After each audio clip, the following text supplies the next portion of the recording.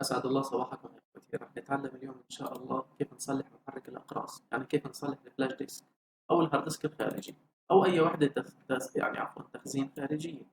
هلا بالنسبة إن شاء الله لموضوع إصلاح الفلاشات، إيش إحنا ممكن نواجه أخطاء فيها؟ يعني إيش هي رسالة الخطأ اللي إحنا راح نتعلم اليوم نقضي عليها أو إنه إحنا إيش نمنع ظهورها.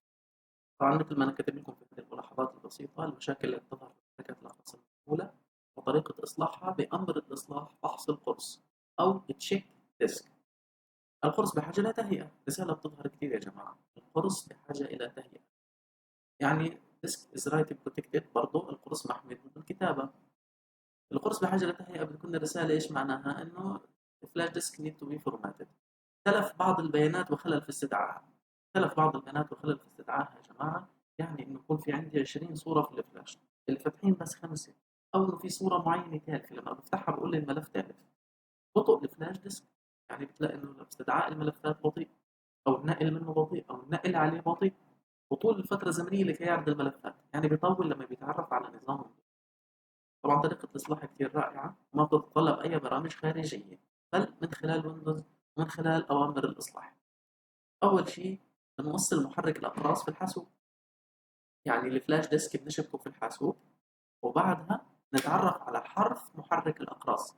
يعني إيش أعطاه جهاز الكمبيوتر حرف؟ هل أعطاه حرف السي؟ هل أعطاه حرف الدي؟ حرف الآر؟ حرف الاتش؟ وهلا إن شاء الله في التدريب العملي رح نتعلم كيف نجيب الحرف تبع محرك الأقراص. بعدها بنضغط قائمة ابدأ ستارت، بعدها بنضغط تشغيل أو رن، وبعدها بنكتب سي ام دي.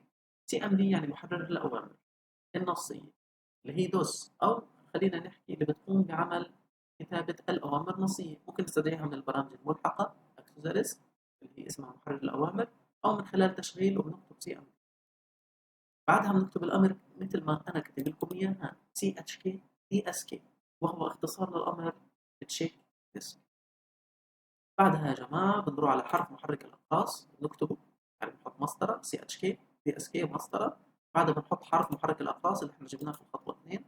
بعدها يعني بحط نقطتين مباشرة بدون مسطرة، اللي هم شيفت وحرف الكاف، أو شيفت ورمز النقطتين موجود على الكيبورد، وبعدها سلاش نايمة على اليمين، تمام، شحطة نايمة على اليمين بنلاقيها في قائمة عند الأرقام، وبعدها حرف الآر. على سبيل المثال نفترض إنه حرف محرك الأقراص اف، راح يكون أمر الإصلاح كالتالي: سي اتش كي دي اس كي مسطرة، بعدها اف اللي هي رمز محرك الأقراص، نقطتين فوق بعض، سلاش نايمة على اليمين وآر. وبعدها بقى استنى إن شاء الله لما تخلص فترة الإصلاح. طبعا يا جماعة بالنسبة لفترة الإصلاح تاخذ وقت بقدر حجم الملفات الموجودة عندك وين؟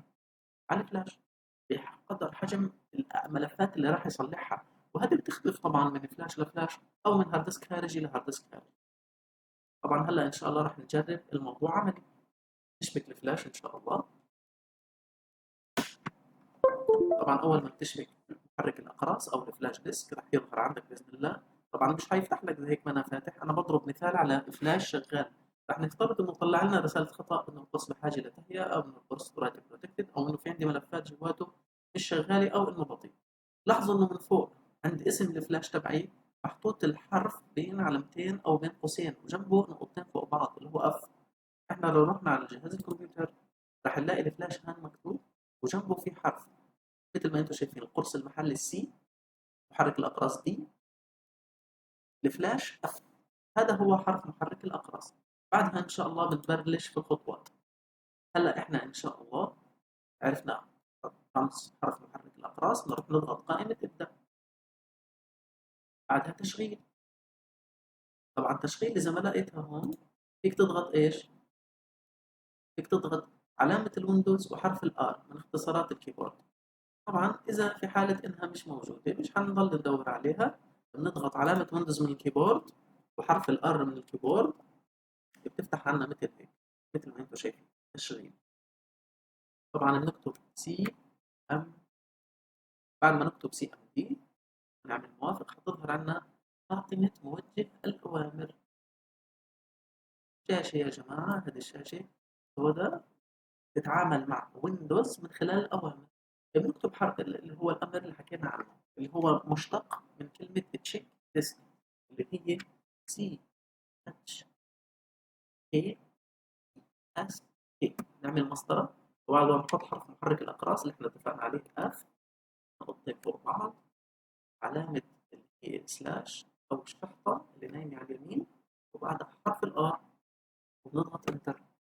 راح يبلش النظام يصلح في الفلاش، ويصلح لي كل الأخطاء اللي موجودة، سواء في طبيعة عمله كفلاش إنه يفتح أو ما يفتح، أو إذا في خلل داخلي، بطء، تلف بعض البيانات، وأي إشي تاني.